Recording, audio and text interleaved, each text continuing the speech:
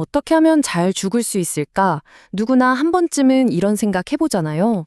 오늘 이 묵직한 질문에 대해서 아주 독특한 해답을 제시하는 한 가지 관점을 깊이 파헤쳐보려고 합니다. 우리가 삶의 마지막을 어떻게 준비해야 하는지에 대한 어쩌면 좀 놀라운 통찰을 얻게 되실지도 몰라요. 모든 건 바로 이 질문. 어떻게 하면 인생을 잘 마무리하고 또 잘 죽을 수 있을까요? 여기서부터 시작됩니다. 이건 단순히 삶의 끝에 대한 고민이 아니에요. 오히려 지금 이 순간을 우리가 어떻게 살아가야 하는지에 대한 아주 근본적인 물음이죠. 그럼 잘 죽는 법을 알려면 먼저 죽음이 대체 뭔지부터 알아야겠죠? 이 세계관에서 죽음은요, 그냥 생명이 끝나는 게 아니에요. 여기서 말하는 죽음의 개념이 진짜 좀 충격적일 수 있어요. 우리가 마지막 숨을 거두는 바로 그 순간, 그때 내 마음, 내가 가졌던 집착과 감정들이 그대로 꽝 하고 얼어붙어서 그게 바로 나의 영원한 상태가 된다는 거예요. 그러니까 인생의 마지막 장면이 사후세계의 영원한 현실이 되어버리는 거죠. 그렇다면 육신이 사라지고 난 뒤에 우리의 진짜 본질인 영혼은 어떻게 되는 걸까요? 이 관점에서 영혼은 절대 소멸하지 않는 특별한 존재로 보는데요. 자, 그 여정을 한번 따라가 보시죠.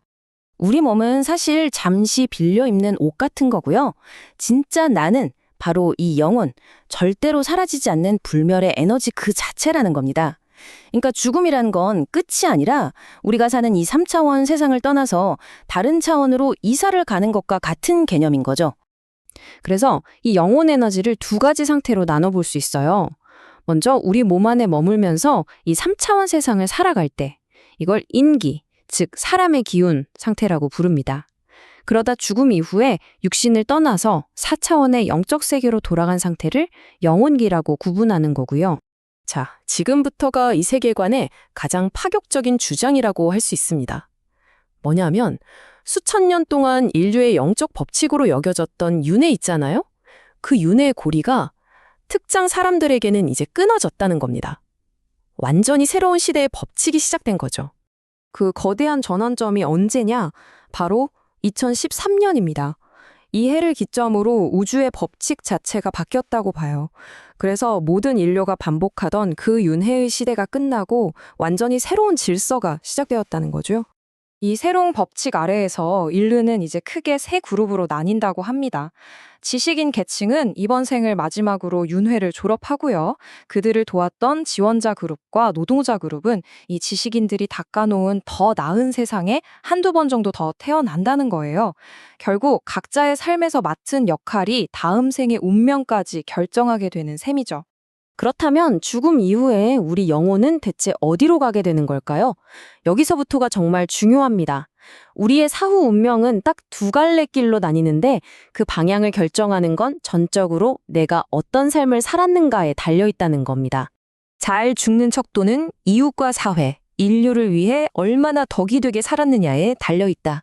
바로 이 한 문장이 모든 걸 꿰뚫는 핵심 원리입니다. 다시 말해 나의 만족이 아니라 다른 사람들을 위해서 내가 얼마나 기여했는가, 이것이 사후세계의 운명을 가르는 유일한 기준이 된다는 뜻이죠. 결국 우리 삶은 이 두 가지 방향 중 하나로 가게 돼요. 왼쪽처럼 나, 내 가족, 내 재산 같은 아주 사적인 것에 집착하면서 사는 삶. 아니면 오른쪽처럼 이웃과 사회, 더 나아가 인류 전체를 위한 공적인 마음, 즉 공심으로 사는 삶. 이 선택이 모든 결과를 바꿔놓습니다. 그 선택의 결과가 바로 영혼의 무게로 나타나는 거예요. 사적인 집착으로 가득 찬 삶은 영혼을 무겁게 짓눌러서 땅에 묶어두고요. 반대로 남을 위한 이타적인 삶은 영혼을 깃털처럼 가볍게 만들어서 더 높은 차원으로 훨훨 날아오르게 한다는 거죠. 이 영혼의 무게가 내 사후 목적지를 결정하는 유일한 척도인 셈입니다. 그리고 그 무게는 죽음 이후에 아주 결정적인 역할을 부여합니다. 왼쪽에 있는 무거운 영혼은 땅을 떠나지 못하고 후손들 곁을 맴도는 원혼, 우리가 흔히 말하는 구신이 돼서 오히려 짐이 되고요. 반면에 오른쪽에 있는 가벼운 영혼은 사회와 인류를 돕는 위대한 신, 즉 대신으로 승격해서 선한 영향력을 펼치게 된다는 겁니다. 이렇게 새로운 우주 원리가 적용되는 시대를 정법시대, 그러니까 올바른 법의 시대라고 부릅니다. 이 시대의 핵심 규칙은 딱 하나예요. 모든 평가는 얼마나 나 자신을 위해 살았는가가 아니라 얼마나 공공을 위해 살았는가로만 이루어진다는 것. 이 정법 시대는 우리가 신을 대하는 방식까지도 완전히 바꿔놨습니다. 예전에는 개인의 소원을 들어주는 사신, 즉 사적인 신에게 빌면 통했지만 이제 그런 시대는 끝났다는 거예요. 오직 공적인 원리에 따라서만 움직이는 공신만이 존재하기 때문에 내 욕심을 채우기 위한 기도는 더 이상 아무런 힘도 발휘하지 못한다는 거죠. 자, 그럼 이 모든 걸 알게 된 우리는 좋은 죽음을 맞이하기 위해서 지금 당장 뭘 해야 할까요? 마지막으로 가장 실천적인 결론을 한번 정리해 보겠습니다. 결국 잘 죽는 법은 다른 게 아니라 바로 잘 사는 법이었던 거죠. 그 방법은 4단계로 요약할 수 있어요. 첫째, 뭘 얻을까 해서 뭘 줄까로 생각의 초점을 바꾸는 것. 둘째, 내가 가진 지식과 능력을 남을 위해 쓰는 것. 셋째, 그렇게 함으로써 가족, 재산, 나 자신에 대한 집착을 내려놓는 것. 그리고 마지막으로 이런 봉사의 삶을 통해서 이번 생에 내 모든 업을 소멸시키는 겁니다. 이게 바로 영혼을 가볍게 만드는 유일한 길이라는 거죠. 특히 물질에 대한 집착은 가장 무거운 족쇄가 될 수 있다고 해요. 돈을 모으는 데만 혈안이 되면 우주는 오히려 그 재물을 뺏어갈 인연을 보내서 결국 나에게 고통을 안겨준다고 경고합니다.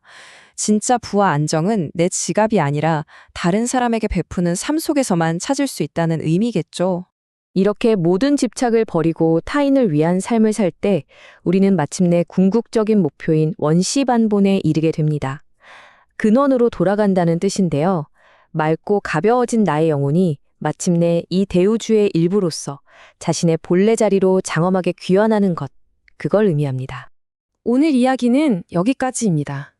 마지막으로 이 질문을 여러분 각자의 마음에 한번 남겨두고 싶네요.